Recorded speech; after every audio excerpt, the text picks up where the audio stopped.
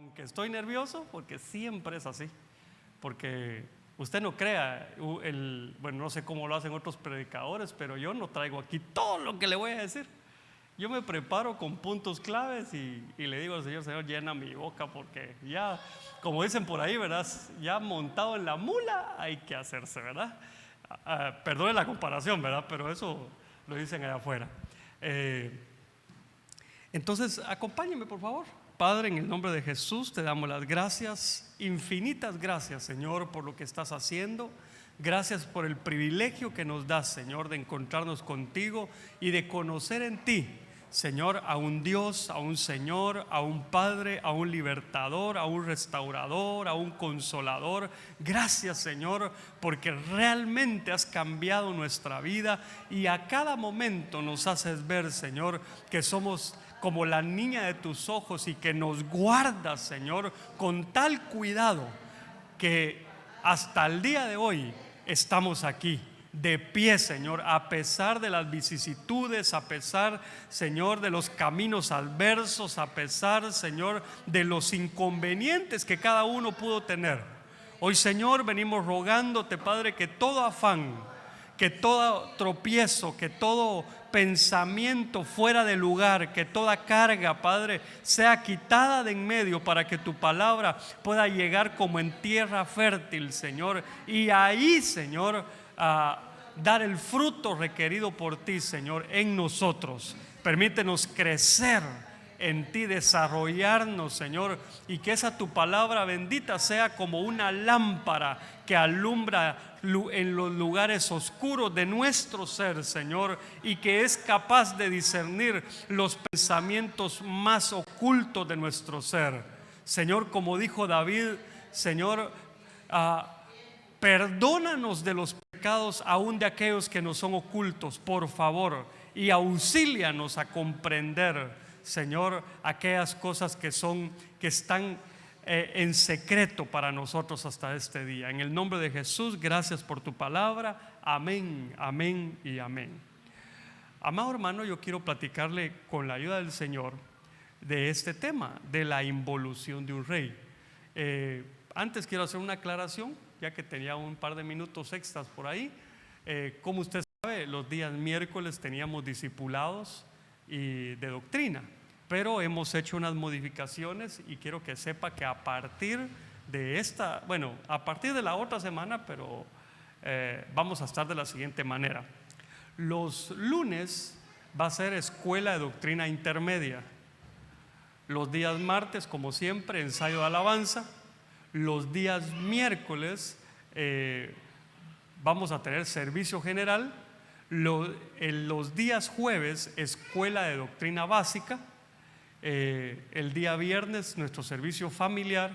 El día sábado, servicio de jóvenes. Y el domingo, como siempre acostumbramos, a las 9 y a las 6 de la tarde nos vamos a estar reuniendo aquí. Y el domingo en la tarde, pues a las 6 es el servicio de escatología. Ya sabes, reestructuramos. El único cambio que hicimos fue de lunes de lunes a miércoles. Cambiamos esto, y que el jueves ya tenemos escuela de doctrina básica, pero vamos a poner la escuela intermedia el día lunes. Si usted está cursando doctrina básica y dice: yo quiero estar todos los días en la casa del Señor, pero no sé si me aceptan si yo llego el lunes, usted véngase. Usted puede tomar el curso de doctrina intermedia, con la única condición que usted no puede ganar doctrina intermedia si no gana antes doctrina básica. Es decir, las puede ganar las dos juntas, pero es que es importante. Es como en la universidad, hay un prerequisito. Ya se imagina yo sacando matemáticas 2 y no habiendo ganado la 1, ¿verdad? No tiene lógica. Aunque sea muy inteligente, hay requisitos que se tienen que cumplir. Bueno, después de esta brutal interrupción, sigamos con el tema. Entonces, hermano, nosotros le llamamos, bueno, como todos, ¿verdad? Pero se le llama involución al proceso inverso de la evolución. Usted sabe que nosotros creemos que hay un tipo de evolución en el cristiano, no a la manera como nos la enseñaron, ¿verdad? Que venimos del mono, no. yo sé que usted tampoco, y yo menos, ¿verdad? Pero porque hay bases científicas hoy en día con las que ya se puede descartar esas teorías, ¿verdad? Por ejemplo, nosotros nos parecemos más a otros animalitos que al mono, por ejemplo. Otra cosa, hay teorías como la teoría del, ¿cómo se llamaba? Del Big Bang, ¿verdad? Que hoy podemos entender que definitivamente todo surge de una explosión, pero el que causó esa explosión fue Dios, ¿verdad? Y Dios no es que primero empezó creando una célula, un protón, un electrón. No, Dios creó al hombre así como está, ¿verdad? Obviamente ha sufrido modificaciones, pero no me voy a meter en ese relajo. Mire pues, hoy vamos a hablar de un rey que lejos de crecer involucionó. Lo que tenía que hacer él era desarrollarse como rey. Y vamos a hablar del primer rey de Israel. Vamos a hablar de Saúl. Cuando nosotros hablamos de Saúl, casi inmediatamente nos podemos a pensar en un rey malo, en un rey que era hermano de malos tratos para su gente, era malvado. Pero fíjese que Saúl tuvo un principio, y su principio era bueno. Su final fue fatal, pero cómo pasó del principio al final lo explica el reinado. Ahí fue donde todo le cambió. Es decir, ahí sí se aplica aquel dicho que dice: ¿quieres conocer a alguien? Dale poder, ¿verdad? A Saúl, como que alguien dijo: quiero conocer a Saúl, pongámoslo como rey. Y hermano, el reinado a Saúl le cayó como una patadita en la espinilla, ¿verdad? Porque no le cayó nada bien. Fíjese pues, mire cómo lo primero que oímos hablar de Saúl es esto. Primer libro de Samuel, capítulo 9, versículos 1 y 2.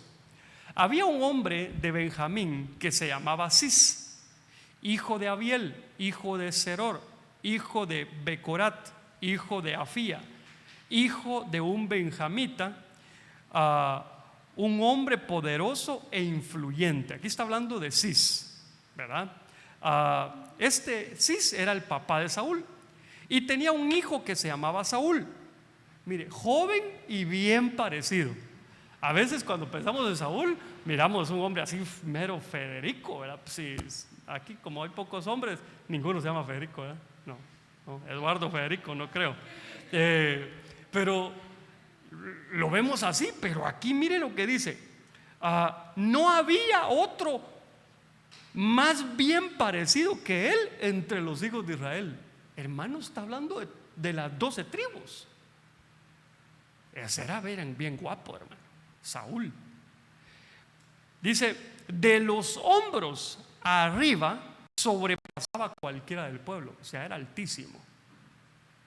Ya se imagina, guapo y alto. Ahí todas querían ser reinas, ¿verdad? Pero este tiene una historia. Fíjese que a mí me impresiona sus comienzos. Y le quiero mencionar en primer lugar qué es lo que sucedió antes de que fuera rey, porque aquí podemos ver cómo era Saúl en realidad. Pero el reinado, como le digo, le cayó mal. Es como que se hubiera comido un subplato de marisco en la noche. Le cayó mal. Así le pasó a Saúl. Ya no fue el mismo después del reinado. Aquí hay algo importante que usted tiene que saber. No es que no sea importante cómo usted empieza, porque sí es importante, pero no es tan importante cómo empieza, sino cómo termina. Pero sí es importante cómo empieza. Por ejemplo, si alguien se casa porque ya tiene un encargo, pues su principio quizás no fue el que esa persona deseaba y le va a costar un poquito, pero con el tiempo va a ir entendiendo que el final lo puede ir escribiendo esa persona y terminar bien. Sin embargo, aquí vemos a alguien que empezó bien y terminó mal, Por eso le digo, no es tan importante cómo se empieza, sino cómo se termina. Pero no es que no sea importante, porque yo le aseguro que usted que tiene hijos, usted a sus hijos les va a tratar de evitar algunos errores que usted cometió.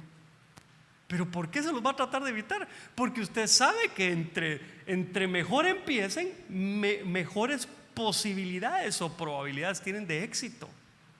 Eso así es. Si alguien en el primer semestre de universidad pierde todas las clases, yo le pregunto, ¿se definió ahí su futuro totalmente? No. O sea, él puede seguir estudiando y se va a graduar si sigue insistiendo. Lo que sí es que si tiene un compañero que en lugar de perder todos los cursos, los ganó todos, ese se va a graduar antes. O sea, su inicio sí cambió algo del final, pero no todo. Entonces, veamos pues, mire, le hice un pequeño resumen aquí. Antes de ser rey, ahí va a encontrar los textos, usted no se los voy a ir leyendo, pero no sé si los mira ahí. Primer libro de Samuel, capítulo 9, versículos 3 y 4. Era obediente a su padre. Resulta que a su papá se le perdieron las asnas y al primero que le dice, veme a buscar las asnas, no es a un siervo, es a su hijo Saúl. Y Saúl no le dice, ay papi, pero si hoy estoy de descanso. No le dice así, simple y sencillamente va. Mire, la obediencia es importante. Y Saúl era obediente a sus padres. ¿Cuántos hijos no son obedientes a sus padres? Y Saúl sí lo era. Mire esta otra. Primer libro de Samuel 9:5. Consideraba a su papá. ¿Cuántos hijos desconsiderados hay, hermano? Pero fíjese que ya llevaban 3 días buscando las asnas y le dice a su criado, a su siervo, a su ayudante que andaba con él, le dice, tenemos que regresar porque mi papá ya ahorita ya le pasó el estar buscando a las asnas, ya de estar preocupado por mí. Mire qué considerado Saúl. A veces hay papás que a las 12 de la noche, hijo, ¿y dónde estás? Ay, se me olvidó decirte. ¡Hala! Eso no, qué desconsiderados. Pero Saúl no. Saúl no solo era obediente. Yo me imagino que Saúl, es mi imaginación, no salía después de las 9. Y ya cuando eran las 9:02 y iba caminando, le mandaba un WhatsApp a su papá. Ahí lo tenía entre sus contactos, sí, decía ahí, ¿verdad? Y entonces, porque como hay lugares, por ejemplo, ahí imagino que no se podían poner los nombres porque era peligroso, le robaban el teléfono y ya tenían todos los contactos. Hay lugares así, ¿verdad? En donde no pueden poner mamá, porque si no le hacen algo a él y ya ubicaron a la mamá en el teléfono. ¿Y cuántos casos se han visto? Pero obviamente Saúl no tenía ni teléfono ni tenía WhatsApp, ¿verdad? Pero él le avisaba a su papá dónde andaba, porque aquí dice que se puso a pensar en su papá. O sea, no solo pensaba en él, pensaba en su papá. Mire otra. Primer libro de Samuel, capítulo 9, versículo 7. Honraba a los ministros. O sea, no solo a su papá biológico, sino honraba a los ministros. ¿Por qué? Porque viene el criado que cargaba y le dice, mira, porque ya se iban a regresar, y le dice, mira Saúl, fíjate que hay un vidente. En el pasado así le decían a los profetas. Lo vamos a cambiar. Hay un profeta aquí por este sector que yo calculo que si vamos nos dicen dónde están las asnas. Y entonces viene él y lo primero que piensa es, pero no cargamos suficiente para darle una ofrenda al siervo. Imagínese, hermano. O sea, eso lo que me dice a mí es que él tenía un concepto adecuado de los siervos. No, porque sí se acostumbraba, pero yo no miro a Samuel pidiéndoles. Pero ellos acostumbraban a honrar de esa manera a los siervos. Entonces viene el criado y le da una opción ahí. Y ahí viene la otra parte. Entonces honraba a los ministros. Otra, escuchaba a sus subalternos. Eso lo puede encontrar en 1 Samuel capítulo 9 versículo 10. Perdone que vaya rápido, pero este es el antes. Yo quiero enfocarme en el durante. Mire, ¿cuánta gente hay que tiene subalternos y que no los escucha? Y hay gente, hermano, que tiene unas ideas pero bárbaras, y a veces le dan la solución de las cosas y no los escuchan. Los escuchan como oír llover. Mire, jefe, y si hacemos tal cosa, y él se le queda viendo así, ¿verdad? Y si no sé qué, perdón, es que estaba pensando en otra. Ni lo escuchó, pero Saúl sí. El joven le dice: mira, podemos hacer algo, yo aquí cargo esto y se lo podemos entregar al vidente, al profeta. Y tú le dices: tienes razón, vamos pues. O sea, no solo escucha, le hace caso y terminan donde Samuel. Y mire, gracias a Dios, porque todo esto había sido planificado por Dios desde un día antes. Desde un día antes Samuel sabía que Saúl iba a llegar. Hermano, Dios es tan lindo, ¿verdad? Tan preciso. Usted tal vez todavía está pidiendo una bendición y Dios ya ordenó cómo lo va a bendecir. Así que usted no piense: Dios se olvidó de mí. No, hombre, no se meta al lío. No haga lo que su pastor ha hecho a veces, o hacía. Hermano, a veces se me va a veces empiezo a gritarle al Señor, ¿verdad? No contra Él, sino clamando: papito, ¿qué pasó, verdad? Ya no aguanto.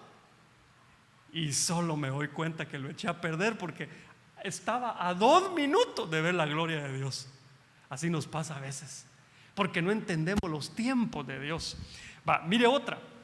Esto tal vez no se lo imaginaba. Era humilde. Ay, hermano, veíamos el domingo un concepto de humildad que da la Biblia, que es considerar al otro como más importante que nosotros. ¿Cuántos humildes cree usted que conoce? Solo yo, hermano, dice usted, ¿verdad? Gloria a Dios. Como dijo aquel: mi mayor orgullo es ser humilde, ¿verdad? Obviamente esto no está hablando de las condiciones en las que una persona vive, porque a veces tenemos dentro de nuestro vocabulario: no, es que él es humilde. ¿Y a qué nos referimos? A que es pobre. Pero la humildad es mucho más profunda que eso. Y yo le decía la vez pasada que hay de todo. Así como hay gente que vive en casas, y no estoy despreciando, Dios me guarde, solo le estoy poniendo el ejemplo. Vive en casas, por ejemplo, que no son de loza, pero son orgullosos. También hay de los que viven en casas de loza orgullosos, ¿verdad? Pero para poner el ejemplo, hay gente que vive, uno dice: sí necesita ayuda, y sin embargo, cuando alguien le llega a ofrecer: no, gracias, estoy bien. Y no lo dicen porque sean buena gente, sino porque no saben recibir. No sé, entonces, y también hay gente que tiene propiedad y todo, y son humildes. Entonces la humildad no está dada por cuánto dinero tenga la persona o cuántas propiedades. Entonces, ¿sabe por qué le digo que es humilde? Porque cuando viene Samuel y le revela el plan y le dice qué va a pasar con él, y viene Saúl y le dice: yo, si soy de una de las tribus, o de la tribu más pequeña de Israel, y dentro de la tribu más pequeña, mi familia es la más pequeñita. Hermano, él sí empezó a medirse. Dijo: no, ser rey, eso es muy grande para mí. O sea, hasta ese momento era humilde. Sigamos. Era obediente a los ministros. Y eso lo vemos en primer libro de Samuel, capítulo 9, versículo 26. Viene Samuel, antes de despedirlo, ya cuando le reveló el plan, lo llama a la terraza y le dice: ven, te voy a dar unas indicaciones antes de que te vayas. Y ahí va Saulito, a donde Samuel lo estaba llamando. Después le dice: ahora ya te puedes ir. Y se va Saulito. ¿Verdad? No se mira a Saúl diciendo: ¿y por qué tengo que ir? ¿Me puedes dar alguna explicación? No, bien sujeto. Ahora, como las películas, ¿verdad? Que a veces miramos ahí no sé si en el cine o en alguna plataforma digital, pero que nos muestran el principio, después nos tiran hasta el final, y por último, la carne de la hamburguesa, ¿verdad? para que uno diga, ¿cómo llegó hasta allá? Entonces, después, le voy a dar las características ahorita, después de que el Señor lo desechó como rey. Entonces, la primera es antes de ser rey. Esta es cuando Dios ahí seguía siendo rey, seguía siendo rey, pero Dios ya lo había desechado. Ahí podemos ver características como estas. Mire, primer libro de Samuel 18, del 8 al 9, era celoso. ¿Se acuerda cuando llegaron de la batalla y empiezan aquellas mujeres? Saúl mató a 1000 y David a sus 10,000. Él no se puso a pensar, esas mujeres, 1000, qué bonito, dicen Saúl. No, lo que dijo es, o sea que están diciendo que David vale 9 veces más que yo. Ahí ya no se cree, ya no era humilde. Ahí se sentía mayor que David y se puso celoso.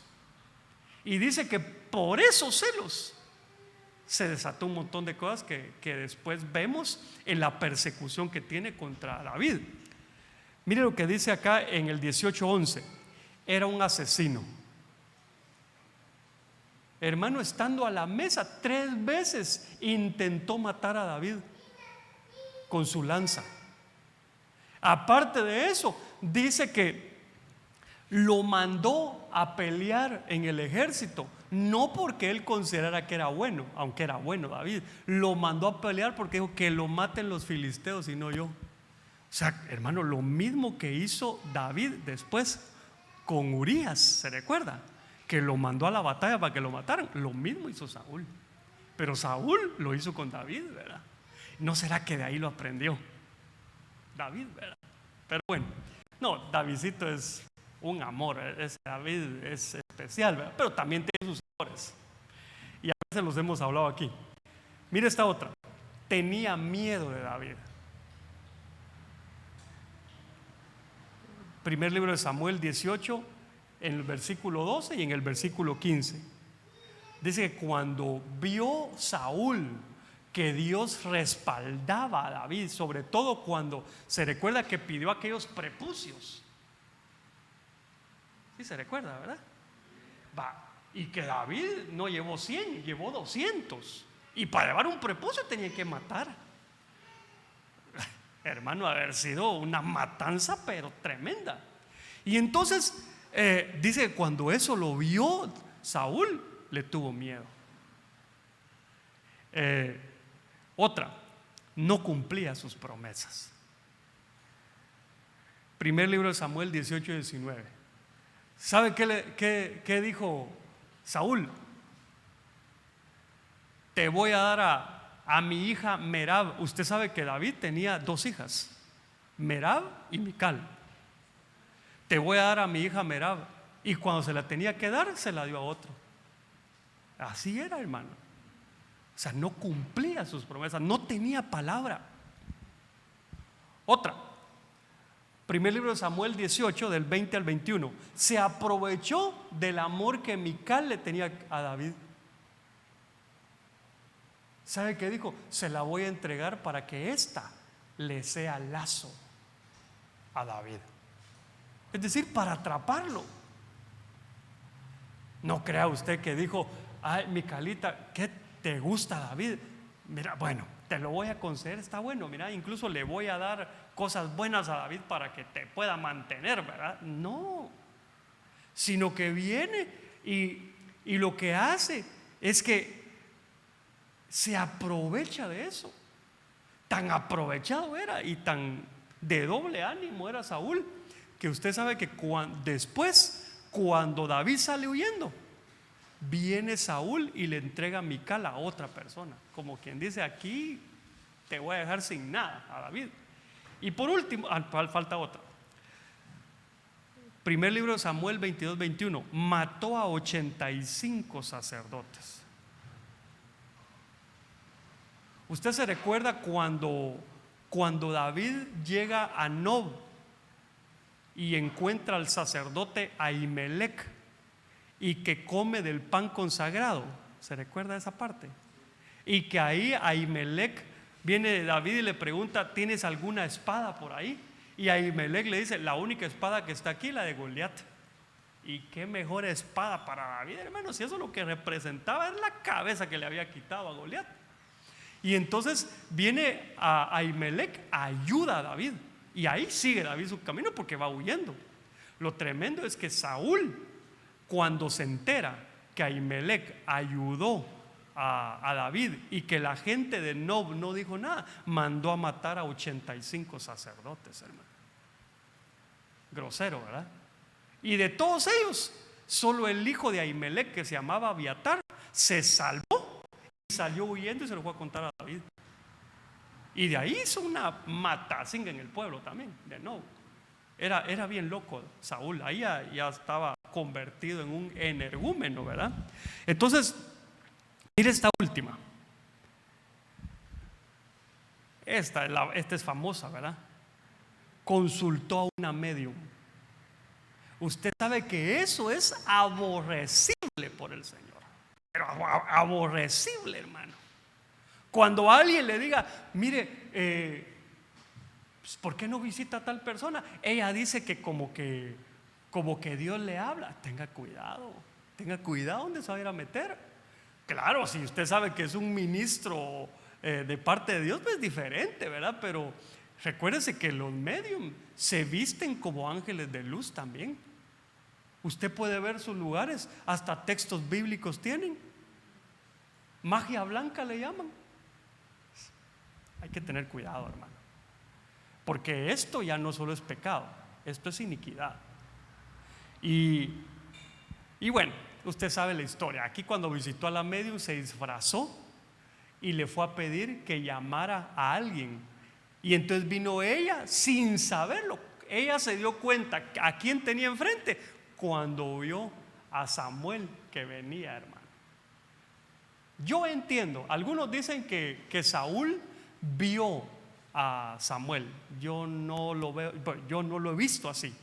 Yo lo que veo es que la medium vio a Samuel, porque Saúl le dice, ¿qué ves?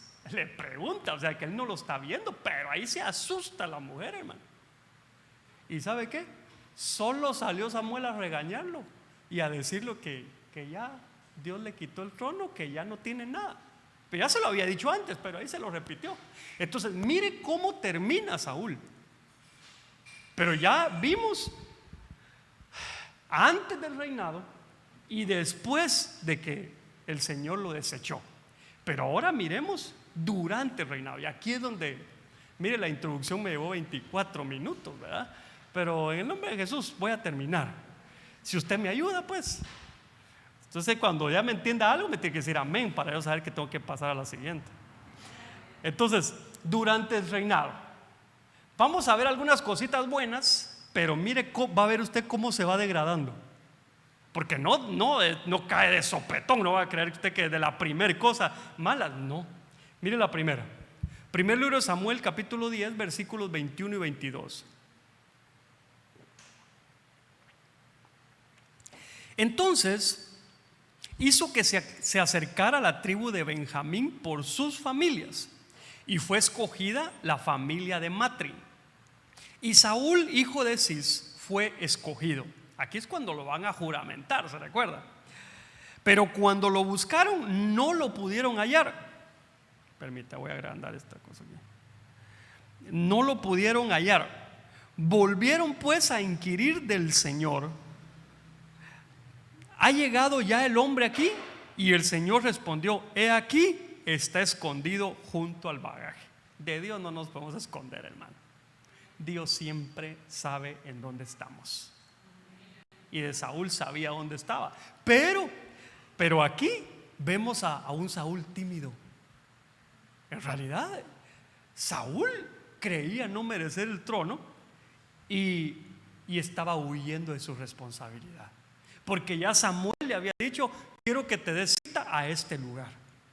Y ahí te vamos a, algo así como te vamos a reconocer como rey.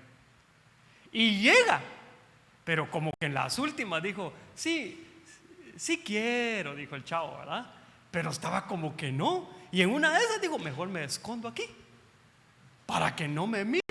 Lo que no sabía es que el que lo había escogido era Dios. Y Dios sí sabía en dónde estaba. Y de ahí se lo fueron a traer, hermano. Entonces, por favor, pónganle mucha atención a cómo el comportamiento, porque aquí todavía podríamos ver un poco de la humildad, digámoslo así, de Saúl, que no se creía digno, pero ya empezamos a ver problemas que tenía él también. Que allá fue a buscar a las asnas de su papá, pero aquí no quería aceptar la responsabilidad del reinado, porque sabía él que era una pacaya bien grande. Mire este otro, primer libro de Samuel, capítulo 10, versículo 26 y 27. También Saúl se fue a su casa en Gibeá, y con él fueron los valientes cuyos corazones Dios había tocado. Pero ciertos hombres indignos dijeron: ¿cómo puede éste salvarnos? Y lo menospreciaron y no le trajeron presente alguno, no le llevaron regalo. Mire pues, si estos se hubieran encontrado al Saúl del final, ahí les da Shimenish, hermano, ahí los mata. Pero ¿sabe qué? No lo hizo. ¿Sabe qué hizo? Dice, mas él guardó silencio. Aquí todavía vemos a un Saúl sin resentimientos. Allá ya no. Allá medio vio que su reino corría riesgo y sacó las uñas, porque ya había cambiado. Aquí, hermano, vemos cuántos de nosotros, hermano, nos topamos con situaciones donde deberíamos guardar silencio y lo que menos hacemos es eso. Usted ha estado en una discusión en donde usted sabe que la solución es quedarse callado y usted está como de asesor porque no es usted de la discusión y usted quisiera decirle, cállate, y el otro más habla y usted, ¿y ahora qué hago, verdad? ¿Cómo pasa eso, hermano? La Biblia dice, las palabras blandas aplacan la ira, pero no es fácil, hermano, sobre todo cuando la sangre ya le subió a uno a la cara. Uno lo que quiere es hacer que el otro entienda que uno tiene la razón. Y a veces no necesariamente los dos tienen razón. A veces los dos pueden estar equivocados. Pero hermano, la verdad es que es de sabios el guardar silencio. Fíjese que Eliú sabía lo que tenía que decir en frente de Job y de sus amigos. ¿Y sabe qué dijo él? Yo pensé que en las canas había madurez o sabiduría. ¿Por qué? Porque los tres amigos de Job ya eran viejos, hermano. Esos sí eran viejos, no eran ancianos, eran viejos porque estaban canosos, pero no tenían sabiduría.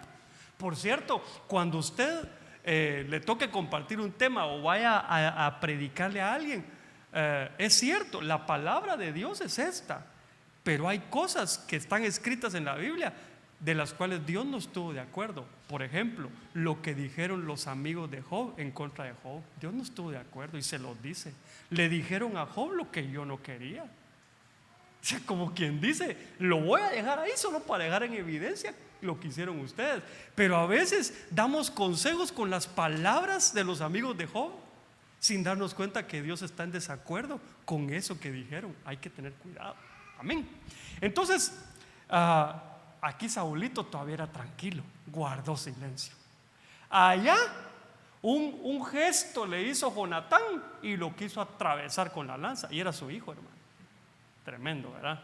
Mire este otro. Primer libro de Samuel, capítulo 11, versículos 6 y 7. Todavía estamos hablando más o menos bien de Saúl. Y el Espíritu de Dios vino con poder sobre Saúl al escuchar estas palabras. Y Saúl se enojó grandemente y tomando una yunta de bueyes, los cortó en pedazos y los mandó por todo el territorio de Israel por medio de mensajeros diciendo: así se hará a los bueyes del que no salga en pos de Saúl y en pos de Samuel. Entonces el terror del Señor cayó sobre el pueblo y salieron como un solo hombre. ¿Sabe cuál es esto? Cuando, ¿cómo se llaman estos, hermanos? Los de Galaad tienen un nombre, pero Jabes de Galaad. a ellos llegó el enemigo y los iba a matar. Y entonces vinieron ellos y le dijeron al enemigo: hagamos un pacto, nosotros te vamos a servir, pero no nos mates. ¿Y sabe qué les dijo el enemigo de ellos? Que no me recuerdo si eran amalecitas, no me recuerdo ahorita, pero ¿sabe qué les dijo? Está bueno, pero antes déjennos quitarles el ojo derecho a todos, para que quede un precedente aquí de que nosotros tenemos autoridad sobre ustedes. Y entonces se asustaron ellos y le dijeron: danos 7 días, danos 7 días y vamos nosotros a preguntar para ver si alguien nos quiere redimir, si alguien nos quiere ayudar, y si no hay nadie, pues nos entregamos y haces con nosotros como quieras. Hermano, qué difícil. Y eso llegó a los oídos de Saúl. Y entonces aquí es donde pasó esto. Saúl se enoja. Pero lo que yo quiero resaltar de aquí, en primer lugar, es que aquí todavía vemos a un Saúl que no le temía al pueblo. Ojo con eso, porque aquí los amenaza. Aquí el pobre buey que agarra, ¿verdad? Mató un buey, lo hizo 12 pedacitos y mandó a las 12 tribus y les dijo: bueno, así le voy a hacer al buey de aquel que no salga conmigo a pelear. O sea, ahí se le manifestó a Saúl, hermano. Se enojó y le salió su ira y coaccionó a la gente, como quien dice: voy a hacer uso de mi autoridad como rey, voy a matar al que no me acompañe. Y ahí sí, como dijeron aquellos: por las buenas sí. Entonces, como un solo hombre se fueron a pelear, ¿verdad? Ay, qué duro, hermano, que a veces así tenga que ser, ¿verdad? Para que la gente actúe, cuando Dios es tan amoroso y siempre empieza por formas sencillas, ¿verdad? Y a veces no lo percibimos, y a veces necesitamos como una mano más fuerte. Entonces, mire cómo aquí ya empezó a degradarse Saúl. Ya sintió el poder, y no era Jimán, ¿verdad? Pero ya sintió. Mire primer libro de Samuel, capítulo 11, versículos 12 y 13. Yo creo que este es el último verso donde vamos a hablar bien de Saúl. Y el pueblo dijo a Samuel: ¿quién es el que dijo: ha de reinar Saúl sobre nosotros? Traed a esos hombres para que los matemos. ¿Se acuerda de aquellos indignos, verdad? Aquí le están diciendo a Samuel: los podemos ir a traer para que los matemos. Pero Saúl dijo: a nadie se matará hoy, porque el Señor ha hecho liberación a Israel. Hermano, un Saúl irreconocible, un Saúl que ahora intercede por los que lo habían agredido, por los que no le llevaron regalo, pues, cuando lo estaban coronando. Porque vienen sus seguidores y dicen: vaya, ahora que, porque aquí vemos a Saúl cuando regresa de matar a los que estaban hostigando a los de Jabes de Galaad, los mató, hermano, a todos. Y entonces ahora ya vemos a un Saúl poderoso, que ya demostró que el Señor está con él. Y entonces viene y dice: ¿dónde están aquellos indignos? Vayamos a traerlos, matamos. Como quien dice, por haber hecho eso. Y viene él, intercede por ellos. Dice: no los maten. Como quien dice: no me dolió. Y yo creo que sí le ha de haber dolido, hermano. Porque a todos nos duele cuando hablan mal de nosotros. Cuando ya vamos creciendo, pues ya nos importa menos, ¿verdad? Fíjese que yo antes decía: a mí realmente no me importa lo que diga la gente. Y con el tiempo me di cuenta que sí me importaba. Y dije yo: porque si no me importara, oiría que hablan y diría yo: que le den. Pero a veces me importa. Entonces, veamos pues, aquí ya empieza, aquí digamos que llegó al punto más alto que usted puede conocer de Saúl. Esto es lo mejor de Saúl, ya no va a encontrar nada más. Desde aquí empieza en picada hasta llegar a su catástrofe. Primer libro de Samuel 13, versículos 11 y 12. Pero Samuel dijo: ¿qué has hecho? Y Saúl respondió: como vi que el pueblo se me dispersaba, que tú no llegabas dentro de los días señalados, y que los filisteos estaban reunidos en Micmas, me dije: ahora los filisteos descenderán contra mí en Gilgal, y no he implorado el favor del Señor. Así que me vi forzado y ofrecí el holocausto. Aquí ya vemos a un Saúl desesperado, porque ya tenía poder.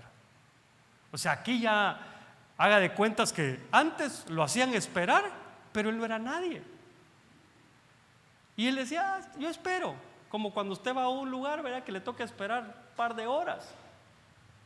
Hermano, yo fui a un lugar a pedir trabajo hace muchos años. 7 horas me estuvieron sentado, hermano. Pero ¿y la necesidad? Yo sentado, solo me movía de un lado para el otro. Y ahí miro que empiezan a salir todos a comer. Y yo, ¿qué hago? ¿Sigo sentado aquí? ¿Okay? De repente miro que la recepcionista también se para y se queda vacío. Hasta salí a comer, regresé a sentarme a mi lugar, ¿verdad? Y yo miraba que entraba, salía gente, atendía llamadas y nada. Cuando se cumplieron las 7, Carlos Monterroso, hasta me había dormido, creo ya. Pero hermano, cuando uno se considera necesitado, espera. Pero aquí Saúl, él ya era rey. Y entonces dijo, a mí Samuel me dijo 7 días. Y Samuel tiene que entender que el rey de Israel tiene mucho que hacer, así que no lo voy a esperar. Y él no podía hacer sacrificios porque no era sacerdote. Y se puso a hacer sacrificios, hermano. Pero ¿sabe por qué? Porque él tuvo miedo del pueblo, que se le fueran. Él tuvo miedo de eso. Entonces allá veíamos a un Samuel que no le tenía miedo al pueblo. Aquí ya. ¿Por qué? Porque aquí él entendía, o él así lo tenía pensado, que el pueblo es el que lo tenía por rey. No se dio cuenta que era Dios el que lo había puesto. Claro que se los puso porque lo pidieron, pero era Dios el que lo había puesto. Pero él dijo, no, es que si se me va la multitud ya no soy rey. No era cierto. Si Dios te puso, aunque la gente no esté de acuerdo, Dios te puso. Entonces, prefirió desagradar a Dios antes que fracasar, porque ya vio a sus enemigos que venían y lo iban a matar. O sea, iba a ser un fracaso para él. ¿Sabe qué dijo él? No, es cierto, a Dios le va a desagradar esto, pero yo tengo mis quehaceres de rey. Así que si ya me conocen, ¿para qué me invitan? Dijo, aquí es cuando por primera vez Samuel le dice que no, su reino no va a perdurar. Y Samuel se aventura, porque allá Samuel todavía Dios no le ha hablado, pero Samuel le dice, ya Dios buscó a alguien idóneo para el reino, así que ya te quitó. Yo no sé si a Dios le había hablado, pero no lo vemos en la Biblia. Como que Samuel también se enojó, hermano, con Saúl por su forma de actuar. Entonces, veamos este otro. Primer libro de Samuel, 14:24. No le importa a usted leer la Biblia, ¿verdad? Mucho. Es bueno, ¿verdad? Para tener el registro de lo que estamos platicando. Mas los hombres de Israel estaban en gran aprieto aquel día, porque Saúl había puesto al pueblo bajo juramento diciendo, maldito sea el hombre que tome alimento antes del anochecer, antes que me haya vengado de mis enemigos. Y nadie del pueblo probó alimentos. Déjeme explicarle. Mire, aquí resulta que hay un enemigo numeroso, hermano, y está el pueblo de Israel escondido porque no saben ni cómo los van a matar. Y dice que ellos no tenían armas. Su ejército no tenía armas porque el único lugar donde podían hacer armas era donde estaban los enemigos, y no tenían cómo llegar. Los únicos que tenían armas era Jonatán, su hijo, y él, espada pues. Y dice que estaban en el campamento y Jonatán le dijo a su escudero, acompáñame, yo estoy seguro que Dios nos va a entregar a estos enemigos. Esa es la parte de Jonatán que a veces no conocemos, ¿verdad? Era diestro, hermano, para la batalla. ¿Con qué razón era así con David? Porque eran buenos para pelear. Y dice que Jonatán le dijo al Señor, le dijo a su criado, si ellos me invitan a llegar es porque Dios ya no los entregó. Ya ahí los vamos a ir a matar. Solo uno, hermano. Y entonces llegan al lugar y dice que cuando llegan, los enemigos los menospreciaron y les dijeron: ¿qué hacen ahí? Vengan, vengan. Y entonces ahí entendió Jonatán que Dios le había dado la victoria y empezó a matar gente. Y dice que se oían los gritos, porque ahorita no tengo la distancia, pero mató un montón de gente, un espacio bien pequeño de gente. Y entonces imagínense, solo uno era el que iba matando a los malos, ¿verdad? Y habían gritos ahí en el campamento de temor, de miedo por lo que estaba pasando. Y entonces ahí es donde Saúl y el pueblo se dan cuenta de que algo está sucediendo con los enemigos. Hacen como un censo, digamos, rápido, y se dan cuenta que es Jonatán. Pero mientras no estaba Jonatán en el campamento, mire por qué le conté toda esta historia. Porque como Jonatán se escapó, no le dijo a nadie, se fue solito con su escudero. Mientras él no estaba, Saúl hizo este pacto. Y el pacto que hizo jurar a todos y les dijo: el que coma algo antes de que yo me venga mis enemigos se muere. Pero Jonatán no lo oyó. Y Jonatán dice que iba en el campo y vio que había miel y se la llevó a la boca y comió. Y resulta que después el pueblo le dice a Saúl: Houston, we have a problem. Tenemos un problema, les. Parece que alguien comió. Y entonces van y consultan y el Señor les muestra que había sido Jonatán. Entonces, ¿qué significa esto? Que Saúl hizo un mal uso de su autoridad. Es decir, puso en riesgo la vida de todos por su nombre. Él se quería vengar. Y entonces se encolerizó tanto que no podía, que le dijo a todos: el que coma algo se va a morir. Yo así lo estoy maldiciendo. Y ese juramento van a tomar todos. Hizo un voto alocado. Hermano, ¿cuánta gente hace votos alocados? A veces en la emoción y con una buena intención, pero alocados. Mire, yo le voy a decir algo, lo que yo creo. Yo sé que Dios es un Dios de votos, pero Dios prefiere que usted le cumpla y no que le diga que le va a dar y que no le dé lo que usted le está diciendo. Porque, hermano, Dios, como es un Dios de votos y de pactos, resulta que lo que usted le diga al Señor que va a hacer, el Señor lo va a esperar de usted. El Señor ya le agarró la firma a usted, que usted lo va a hacer. Y si no, pregúntele a Jeter. Jeter era Jepté, perdón, es que se me confunden esos nombres. Jepté. Es que Jeter era el hijo de Gedeón, el que tuvo miedo de matar a Salmuna. Pero Jepté hizo un pacto que afectó a su hija. Y lo tremendo es que Dios le respetó el pacto. Josué hizo un pacto con los gabaonitas en donde Dios no estaba de acuerdo y Dios se lo respetó. Entonces tenemos que tener cuidado con los juramentos y con los pactos, hermano. Mire, se vale, es mejor que le diga al Señor: Señor, ayúdame para que pueda hacer esto. Es mejor así. Pero bueno, es válido también hacer pactos.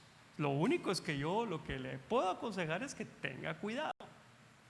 Tenga cuidado. Recuérdese que como humanos tendemos a fallar y se va a meter en problemas con el Señor. Y esto no solo puso en riesgo a todos, sino especialmente a su hijo. Pero aquí a Saúl ya no le importaba, porque cuando se dan cuenta que su hijo dijo: bueno, que lo siento, Jonatán, vas a tener que morirte. O sea, ni siquiera ir delante de Dios: Señor, ayúdanos. Fue el pueblo el que fue con Saúl, le dijo: hoy Dios nos ha dado una gran victoria a través de Jonatán, ¿cómo lo vamos a matar? No se puede. Y Dios estaba en ese asunto, pero ni siquiera fue Saúl el que intercedió por su hijo, sino fue el pueblo. Veamos esta otra. Primer libro de Samuel 15, versículo 9. Pero Saúl y el pueblo perdonaron a Agag y a lo mejor de las ovejas, de los bueyes, de los animales engordados, de los corderos y de todo lo bueno, y no lo quisieron destruir por completo. pero todo lo despreciable y sin valor lo destruyeron totalmente. Primer libro de Samuel 15:9. Aquí Dios le había hablado a Samuel. Es decir, ya Dios lo había desechado. Ya le había dicho que lo había desechado, pero todavía le estaba hablando, porque faltaba, después de eso todavía lo desecha, por último. Aquí todavía le dio una oportunidad y le dijo: vas a ir a hacer guerra, yo te voy a entregar a los enemigos, pero me los vas a matar a todos. Fue claro, hermano, que no dejara a nadie con vida, pero le ganó la avaricia. Y cuando vio que aquellos tenían posesiones importantes, no las quiso destruir, sino que se las llevó. Y después le dijo a Samuel, porque viene Dios y le habla a Samuel, le dice: mira lo que hicieron. Y el Señor le habla a Samuel y le dice: me arrepiento de haberlo llamado como rey. Y entonces Samuel llega con Saúl y le dice: ¿qué hiciste? Entonces Saúl le dice: mira, pero si lo que dejamos con vida es para sacrificar al Señor. Ya lo estaban tratando de coaccionar a Dios, ¿verdad? Como diciendo: si es para tu ofrenda, Señor, o no te gustan las ofrendas. Imagínense, ¿verdad? Tentar a Dios con eso. Y ahí es donde viene aquel texto famoso: obediencia quiero, no sacrificios. ¿Por qué? Porque fue un desobediente Saúl. Ahora otro punto: ¿por qué lo hizo Saúl? Otra vez dice la Biblia: porque le tuvo miedo al pueblo. O sea, Saúl ya sabía que el reinado de él Dios ya no lo tenía ahí. Para Dios ya él ya no estaba ahí, digámoslo de esa manera. Entonces dependía de la gente. Hermano, qué difícil y qué duro es ver ministros de la palabra que le temen al pueblo. Le dice una ovejita: me voy a ir de la iglesia si sigue predicando eso. Y ya no predica eso. Y no es que uno se alegre porque se vaya, pero es que uno no fue llamado, hermano, para predicarle a los gustos de la gente. No fue así. No se puede condicionar a un ministro. Pero aquí vemos a Saúl condicionado. Ay. Bueno, sigamos, hermano. Así terminamos. Primer libro de Samuel 15:12. Y se levantó Samuel muy de mañana para ir al encuentro de Saúl. Y se le dio aviso a Samuel diciendo: Saúl se ha ido a Carmel, y aquí que ha levantado un monumento para sí. Y dando la vuelta ha seguido delante bajando a Gilgal. Miren lo que hace y lo que ya se convirtió Saúl. Ahora hizo un monumento para él, o un menumento, como quiera decirle. Ahora ya no es aquel Saulito de yo no merezco nada, soy de las tribus más pequeñas, la familia más pequeña de esa tribu. No, ahora hizo un subusto de Saúl. Hasta posó, se tomó una selfie y dijo: aquí, ahí está, pónganla ahí donde se mire que yo soy el rey de Israel. Se le subió el ego. Una de las cosas más difíciles, hermano, es el ego con lo que lidiamos. Porque está ese sentimiento que nosotros lo merecemos y que no debería pasar tal o cual cosa. Entonces Saúl no pudo con eso. A Saúl el poder se le subió a la cabeza, y aquí hasta él mismo empezó a hacer, digámoslo así, pues, ídolos de él. Y sabía que a Dios no le gustaba eso, y sin embargo hizo su monumento ahí. No sé cómo decía, ¿verdad? No a los héroes caídos, sino a los héroes desechados por Dios, pero de pie. No sé cómo decía, pero hizo su monumento ahí. Cuidémonos de hacer monumentos de nosotros mismos. Si alguien se te acerca y te dice: ay, hermano, es que como usted no hay otro. Ay, yo creo que eso ya es como para reprenderlo, ¿verdad? Porque no es cierto. No es cierto, no somos tan buenos, hermano. Tampoco se trata de menospreciarnos. Hay que tener un justo juicio de nosotros mismos, ni más ni menos, sino el correcto. Pero para eso tienes que amarte a ti mismo. Tienes que aprender a amarte. Aprender a amarte no es que ahora vas a hacer un monumento, sino que nadie puede tener una autoestima adecuada si no se ama. Hay unos que se aman muchísimo, ¿verdad? ¿Cómo se llama aquel que? Narciso, gracias. Que iba a decir que miraba su rostro en ¿qué era? En el agua, ¿no? ¿Verdad? Y se ahogó, así es la cosa. Narciso. Por eso les dicen narcisistas, ¿verdad? Y fíjese, mire pues, no, yo tengo Facebook, ¿ok? Casi no lo uso, pero tengo. No va a entenderme mal. Pero una de las conductas que tira el narcisismo y que hay que tener cuidado son las selfies. Yo no digo que si usted toma selfie usted es narcisista, yo no estoy diciendo eso. Pero es uno de los fines, tenga cuidado. Tómenselas y envíemelas para que yo vea. Etiquéteme. Pero tenga cuidado, ¿sí? Tenga cuidado. Primer libro de Samuel, capítulo 15, versículos 30 y 31. Le prometo que solo este y otro y nos vamos. Y Saúl dijo: he pecado, pero te ruego que me honres ahora delante de los ancianos de mi pueblo y delante de Israel, y que regreses conmigo para que yo adore al Señor tu Dios. Volvió Samuel tras Saúl y Saúl adoró al Señor. ¿Qué ve usted ahí?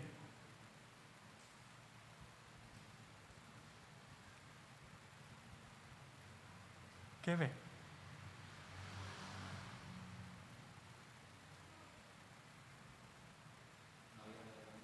¿Cómo? Sí, se volvió hipócrita.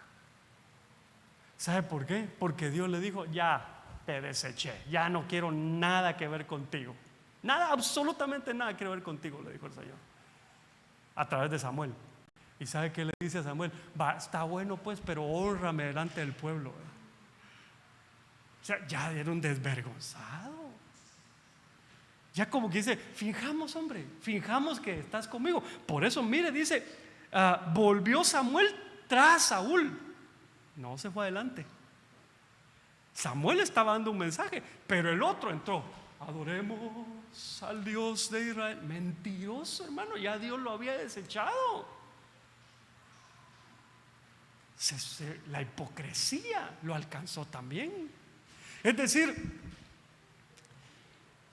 él lo que quería es que el pueblo pensara que Dios todavía estaba con él, pero él sabía que no era cierto. Es como que usted está en el servicio, usted no sintió nada, pero nada, hasta frío le dio el aire acondicionado, porque es lo único que sintió. Pero cuando al terminar, que todos abren sus ojos, usted como que usted empezara: no, o sea, usted sabe que no sintió nada, ¿para qué va a fingir? Así era Saúl. Saúl dijo: que no me dejen de ver como rey. Eso es lo que te pido. Ya, es cierto, ya Dios no me quiere ver. Vaya pues, pero yo quiero seguir manteniéndome en la cúspide. Quiero que tú me honres delante de ellos. Y todo esto finalizó en lo siguiente. Primer libro de Samuel, capítulo 16, versículo 14. El espíritu del Señor se apartó de Saúl, y un espíritu malo de parte del Señor le atormentaba.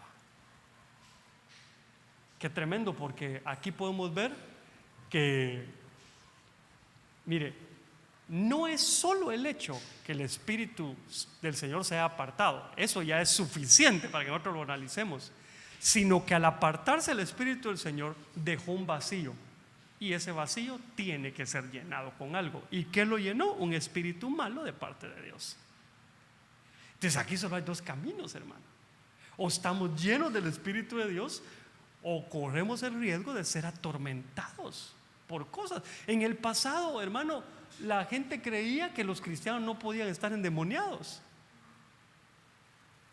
Pero hoy, a todas luces, vemos que sí pueden estar endemoniados. Lo que no puede ser un cristiano es estar poseído por el demonio. Eso no puede.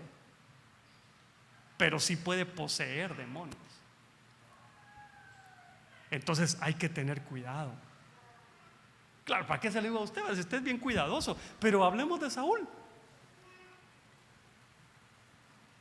Hermano, aquel muchachito o chamaquito, humilde, obediente a sus padres, que honraba a los ministros, obediente a los ministros, ahora endemoniado.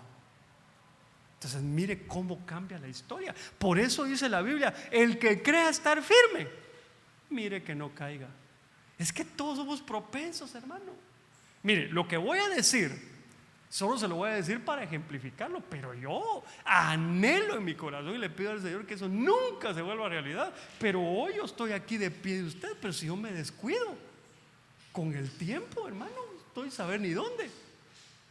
Que el Señor nos libre, pero no solo yo. Usted debe cuidarse. Mire, si Dios lo ha bendecido hasta el día de hoy,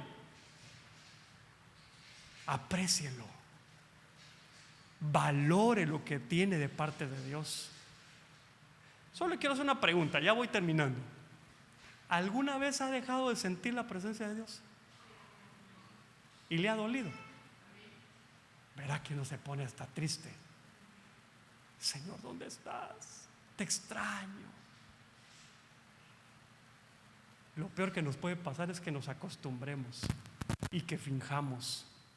Como quien dice, aquí no ha pasado nada. Sí pasó algo. Si ya no sentimos la presencia de Dios, es de tirarnos al suelo y clamar, hermano, porque eso es lo que hace diferencia en nosotros. Mire ese coro tan lindo: amamos tu presencia, oh Dios. Ese coro dan ganas de tirarse al piso, hermano. Porque el que ya ha pasado épocas de desierto, de sequía, cuando vuelve, hermano, uno empieza a decir: Señor, no te vayas, aquí quédate, déjame seguirte adorando. Porque uno sabe que uno puede terminar mal sin la presencia de Dios. Incluso, le voy a decir algo, uno puede terminar peor que aquellos que nunca conocieron al Señor. ¿Usted ha visto esos casos? Gente que nunca conoció al Señor, pues ellos siguen su camino, ¿verdad? Mal, y ahí lo siguen. Pero hay gente que conoce al Señor y se degradan tanto, peor que ellos. Y si no, pregúntele a Pablo.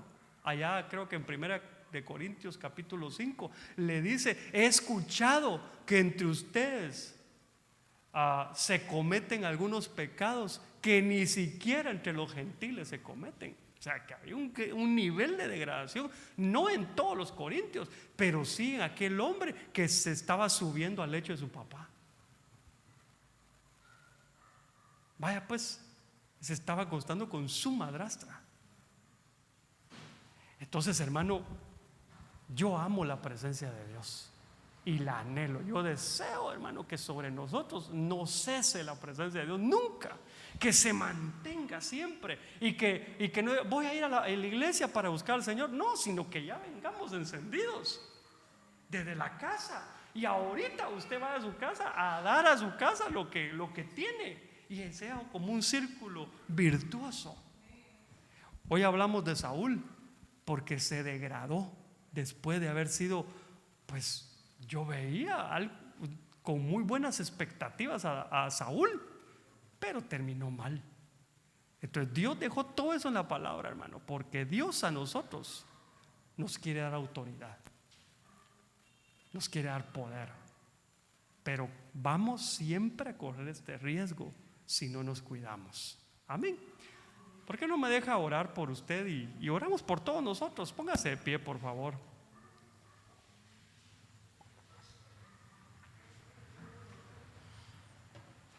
¿Por qué no nos tomamos un par de minutos para reflexionar sobre nuestra vida?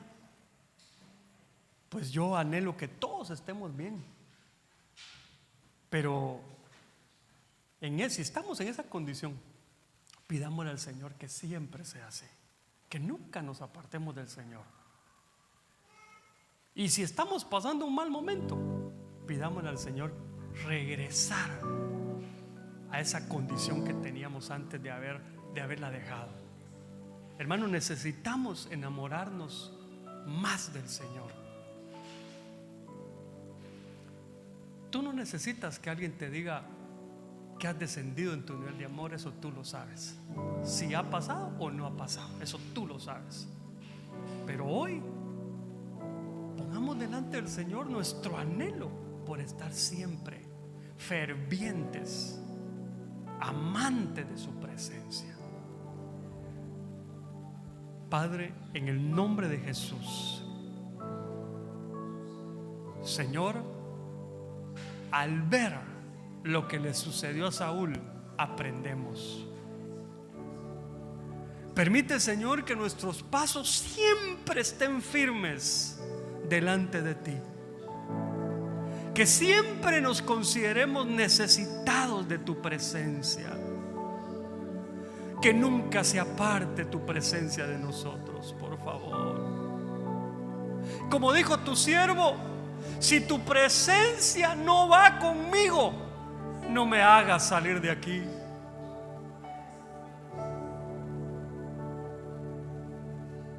Señor, si en algún momento hemos descendido de nuestro nivel de amor, haznos volver.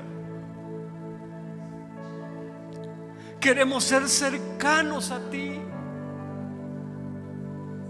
Queremos ser, Señor, de aquellos que terminan su carrera con gozo. Queremos culminar la obra que tú nos llamaste a hacer. Y queremos completar todo aquello para lo cual tú nos llamaste. Queremos hacerlo con gozo, con alegría, con entusiasmo. Señor, amamos tu venida. Creemos en tu venida. Por eso te suplicamos, prepáranos. Señor, no nos dejes apartarnos de ti. Como dice aquel coro, Señor, si acaso se me olvida, si acaso se me escapa, Señor, hazme volver al lugar de nuestro encuentro. Hazme volver a la cruz. Que no se me olvide quién era yo antes de conocerte. Que no se me olvide nunca de dónde me sacaste. Que nunca se me olvide lo bueno que has sido conmigo, a pesar de todo.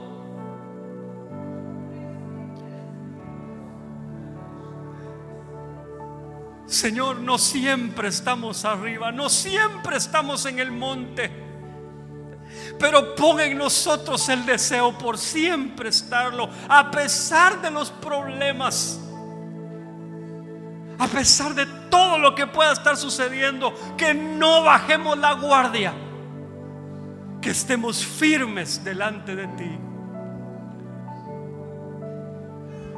En el nombre de Jesús. Gracias, Señor.